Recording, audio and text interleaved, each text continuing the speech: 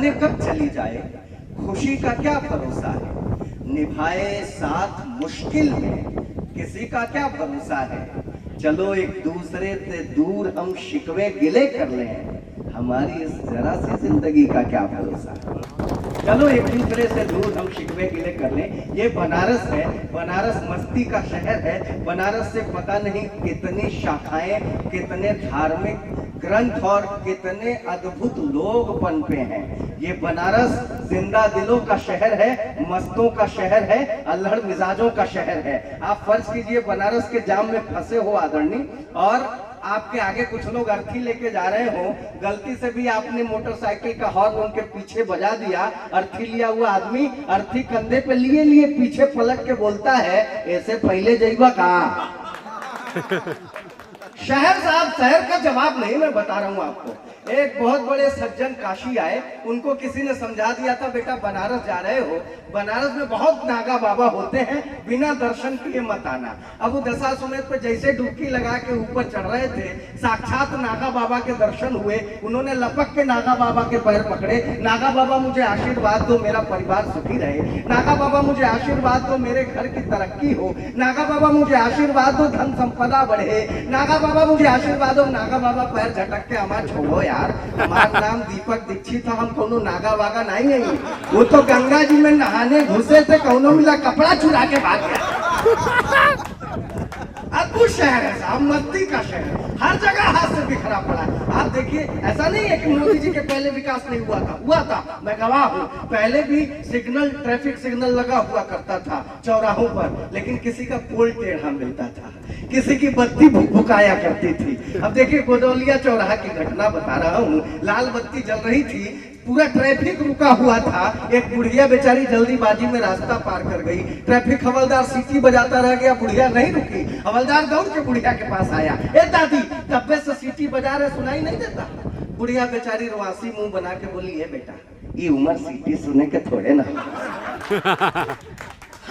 मतलब हर चीज का शॉर्टकट आ गया भाई साहब। मैं तो कमच्छा पर रहता हूँ, बड़ी गैबी पर। मैं एक दिन बिना हेलमेट के निकल गया, ये देखिए प्रशासनिक दबाव भी बहुत बड़ी चीज होती है। मैं बिना हेलमेट के निकल गया घर से, रथ यात्रा चौराहे पे चेकिंग चल रही थी, ट्रैफिक हवलदार ने डंडा दिखा के रोका, मैं रुका, बोला हेलमेट कहाँ है। मैंने कहा भाई साहब रोज लगा के निकलता हूँ, आज ही भूल गया हूँ। कहा ठीक है गाड़ी का कागज दिखाओ। मैंने कहा भाई साहब रोज लेके जेबा में घूमता हूँ, आज ही भूल गया हूँ।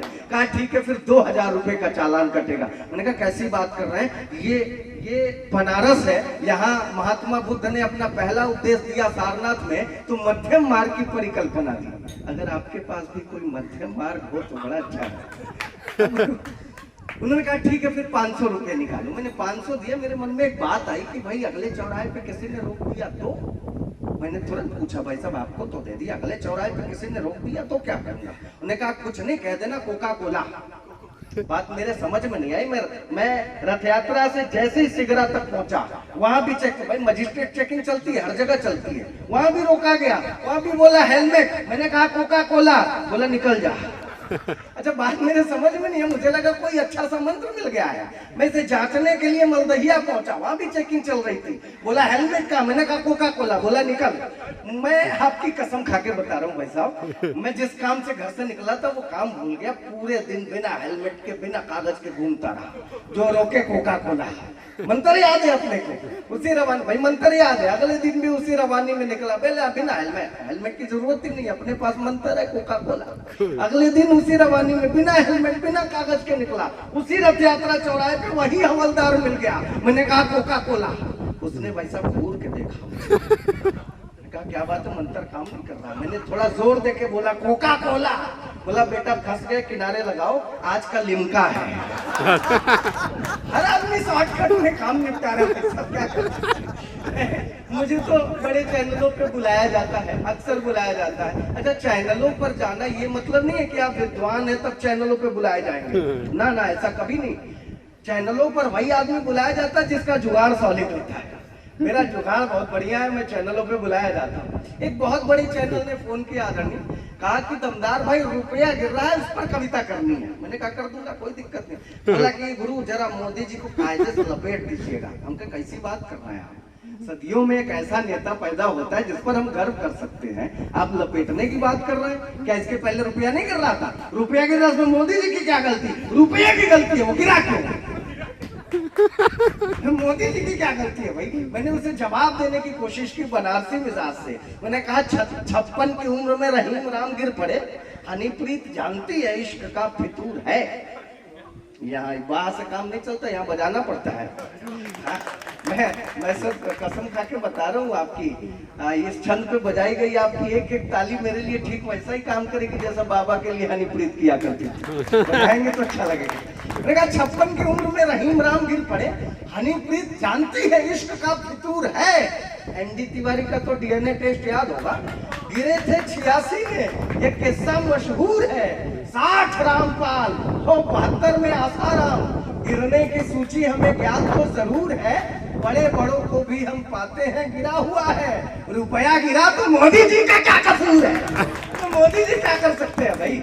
ये हिंदुस्तान है, ये बनारस है। बनारस के लिए तो बेढब ने कहा कि बेढब कभी न छोड़िए, बेढब कभी न छोड़िए, अनुपम काशी धाम, मरे तो गंगा जल मिले, जिए तो लंगड़ा आम। ये बनारस है गुरु। और बनारस की मस्ती किसी से छुपी नहीं हुई है। बनारस ऐसा शहर है जिंदा दिलों का, जब आजादी की लड़ाई में पूरे हिंदुस्तान में तिरंगे को बैन कर दिया गया था तो बनारसी हलवाइयों ने तिरंगी बर्फी बनाकर अपना योगदान दिया था साहब। हम उस काशी के रहने वाले हैं। आइए मैं एक छोटी सी कविता आपको सुना देना चाहता हूँ। वैसे कविताएं तो बहुत सारी हैं, लेकिन इस पवित्र तीर्थ में खड़ा हूँ तो मैं समझता हूँ कि जो मेरे पास सबसे अच्छी मेरी नजर में कविता है वो आप तक रखूं। मैंने माँ पर 2-4 मुक्तक लिखने का प्रयास किया है, वो सुनाता हूं आपको। हमारे घरों की सभ्यता है, हमारा संस्कार है कि हम जहां भी बाहर जाते हैं तो अपने माँ के पैरों पे हाथ लगा के जाते हैं, चरण छू के जाते हैं। और ये हो ही नहीं सकता कि आपको भी एक माँ के रूप में मैं प्रणाम करता हूँ, ये हो ही नहीं सकता कि हम माँ के पांव छुए और माँ आशीर्वाद के साथ साथ 2-4 रुपये हमारे हाथ में न रखते। ये हमारे पूर्वांचल में, उत्तर प्रदेश में ये परंपरा है, बाहर है कि नहीं मुझे नहीं पता। ये पूरे हिंदुस्तान की परंपरा है माँ के पैर छूना। मैं गलत तो नहीं बोल रहा हूँ, मैं अपनी माँ को अम्मा कह के बुलाता हूँ। मैंने कहा उसे मैं खुश नजर आऊं तो वो भी मुस्कुराती है, उसे मैं खुश नजर आऊं तो वो भी मुस्कुराती है। मुझे मायूस देखे अपनी सुध-बुध भूल जाती है। सफर पर आज भी मैं दूर जब घर से निकलता हूँ, मेरी अम्मा मोहब्बत से दही चीनी खिलाती है। सफर पर आज भी मैं दूर जब घर से निकलता हूँ, मेरी अम्मा मोहब्बत से दही चीनी खिलाती है। माँ होती क्या है?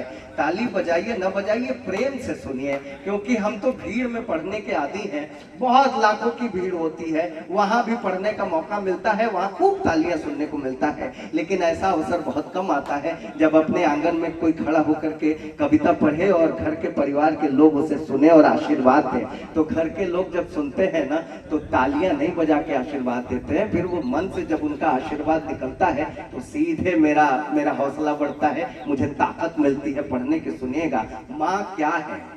9 महीने पेट में रखती है, सहलाती है माँ।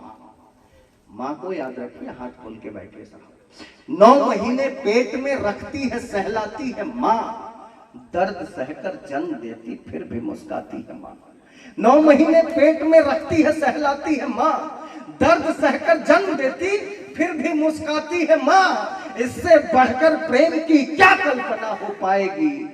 चोटगर बच्चे को लग जाए मचल जाती है माँ। चोटगर बच्चे को लग जाए मचल जाती, प्रणाम करता हूँ, चोटगर बच्चे को लग जाए मचल जाती है माँ। शब्द जब निकले ज़बान से याद करना क्या कहा?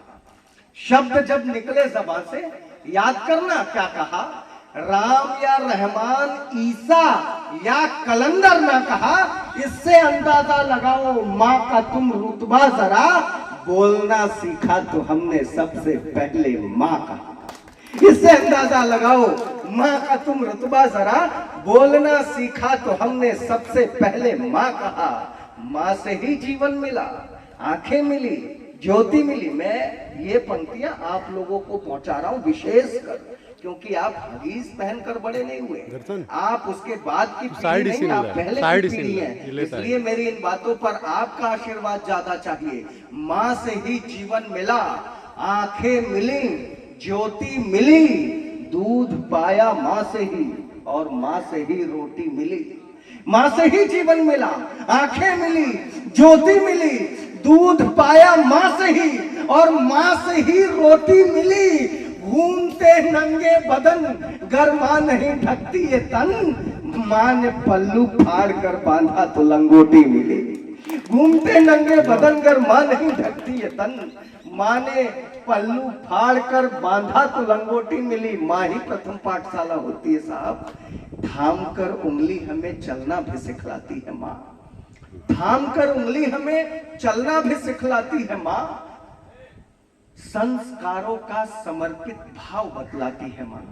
थाम कर उंगली हमें चलना भी सिखलाती है मां। संस्कारों का समर्पित भाव बतलाती है मां। नींद आती जब भी मीठी लोरियां गाती है मां। बंद आंखों से भी हमको बस नजर आती है मां। बंद आंखों से भी हमको बस नजर आती है मां। आप जानते हैं हमारे पिता ने हमसे कितना प्रेम किया है, ये हम तब तक नहीं समझ पाते जब तक पिता नहीं बनते हैं। तो मैंने कभी कहा दिल कहाँ काबू में रहता है जमा होने के बाद। इश्क परवाने ने सीखा है धुआं होने के बाद। एक पिता का प्यार क्या है उसके बच्चों के लिए अब समझ आया है मुझको बागबा होने के बाद। जब तक हम पिता नहीं बनते तब तक पिता की मोहब्बत, पिता का प्रेम नहीं समझ पाते। उसी तरह हमसे हमारी माँ ने हमें कितनी मोहब्बत की है ये हमें तब समझ आता है जब अपने बच्चों की परवरिश करते हुए अपनी पत्नी